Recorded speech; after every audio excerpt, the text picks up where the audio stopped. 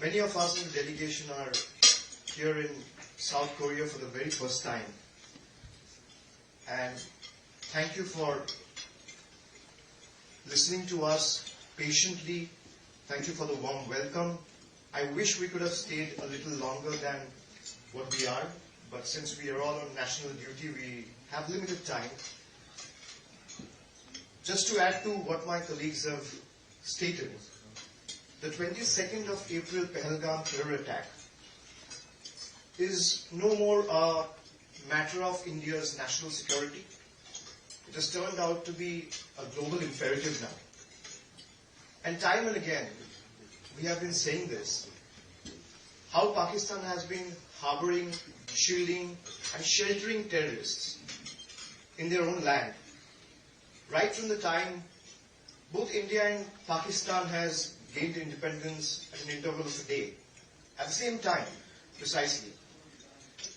And if you look at the trajectory of Indian economy and Pakistan's economy, there is a hell and heaven difference. India has grown by leaps and bounds, where Pakistan is struggling with their own economic crisis and flaws. And the attack on Jammu and Kashmir in Pahalgam is a testament to the fact that they don't want the Indian economy to prosper. This is a message we want to carry to the world, where you have 7 delegations going to different countries. And we want to tell this to you, everyone, with all humility and grace, that any support to Pakistan is a support to terror organization. Anyone supporting any act of Pakistan is supporting a terror organization. Why I say this? I have reasons to say this. When the 2008 Mumbai terror attacks were carried out in Mumbai, where all of you must have seen and known, 166 nationals were killed and shot dead by terrorists. And out of those 166, there were people belonging from different nationalities. Apart from India, there were people from 26 other countries. And the prime accused, who was then arrested by the Indian law enforcement agencies, he confessed in the proceedings that he was trained and raised in Pakistan. And when the terror attack was carried out this year, on the 22nd of April, we actually expected Pakistan to do justice and bring the perpetrators to book. Either you bring justice to them, or justice needs to be done to them. You anyway have to do justice. We waited patiently for a week, 10 days, 14 days. Then India eventually carried out the airstrikes on the 7th of May, after waiting for 14 days. Why I'm mentioning about the airstrike? Because the airstrikes were so precise. It was carried out with so much of precision. We ended up successfully destroying 9 terror infrastructure without endangering a single civilian life. This is what India is, firm in resolve, yet honorable in action.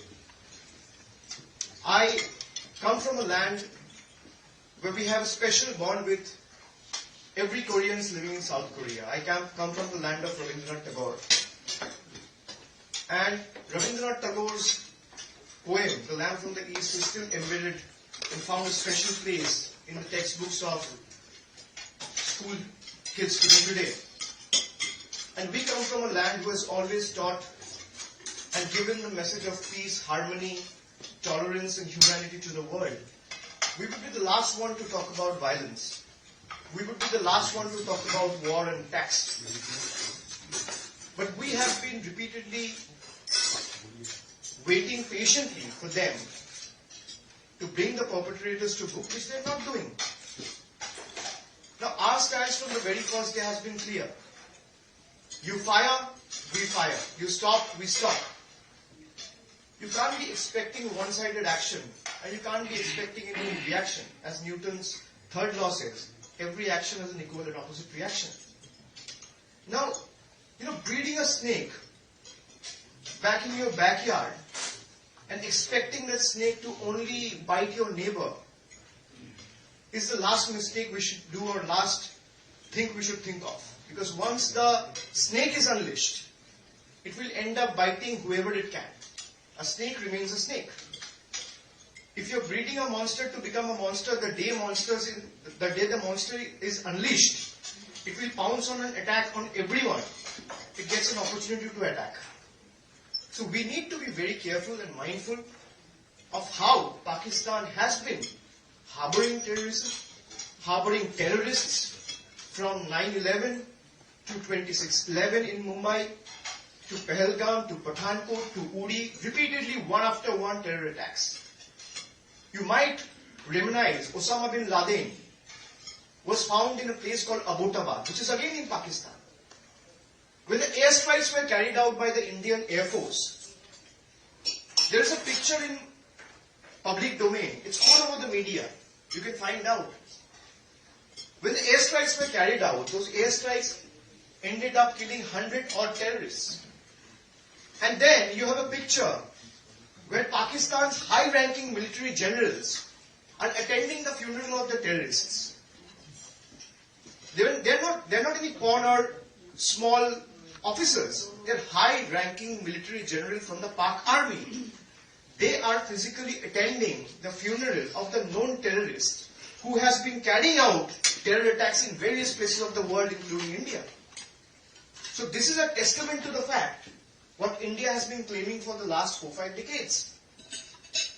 And then, when the Pahalgam attack was done, after the attack, within 24 hours, you have a terrorist organization by the name of TRF, which is the Resistant Front, which claimed responsibility for the terror attacks in Pahalgam.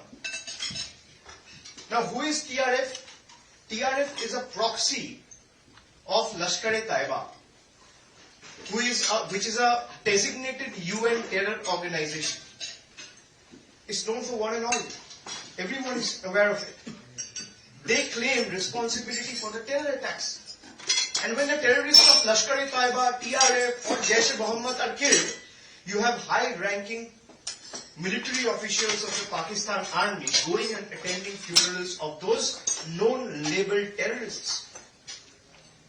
I mean, it's clear. It's out in public domain. The evidence is available for everyone to see and realize. We all need to work together, collaborate together, fight this collectively to put an end to terrorism for once and all.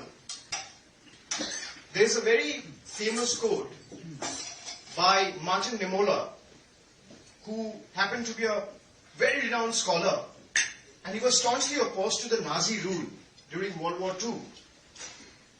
And his quote was appreciated and taken very well among members from every community in the world. He said, when they came out for the socialists, I didn't speak out because I was not a socialist. When they came out for the trade unionist, I did not speak out because I was not a trade unionist. When they came for the Jews, I didn't speak out because I was not a Jew. But when they came for me, there was no one left to speak for me. We all need to realize and understand that we all need to fight collectively. We all need to ensure that there is no place for terrorism in this world. Terrorism neither have a place in our land, nor should it have a place in our mind. And India has been clear on its stand from day one. We don't want any kind of war. We don't want any kind of violence. I say that repeatedly. But if you're attacking us, our humility, our dignity, our respect towards you shouldn't be considered as our weakness. So we humbly appeal before all of you. You are among an ensuing state election. We realize that and really appreciate all of you taking out time and coming here and listening to all of us. I really hope that India and South Korea's strategic ties, partnership and bond will grow from strength to strength in the days to come. And we will again get to see all of you and get an opportunity to visit this lovely country. Thank you.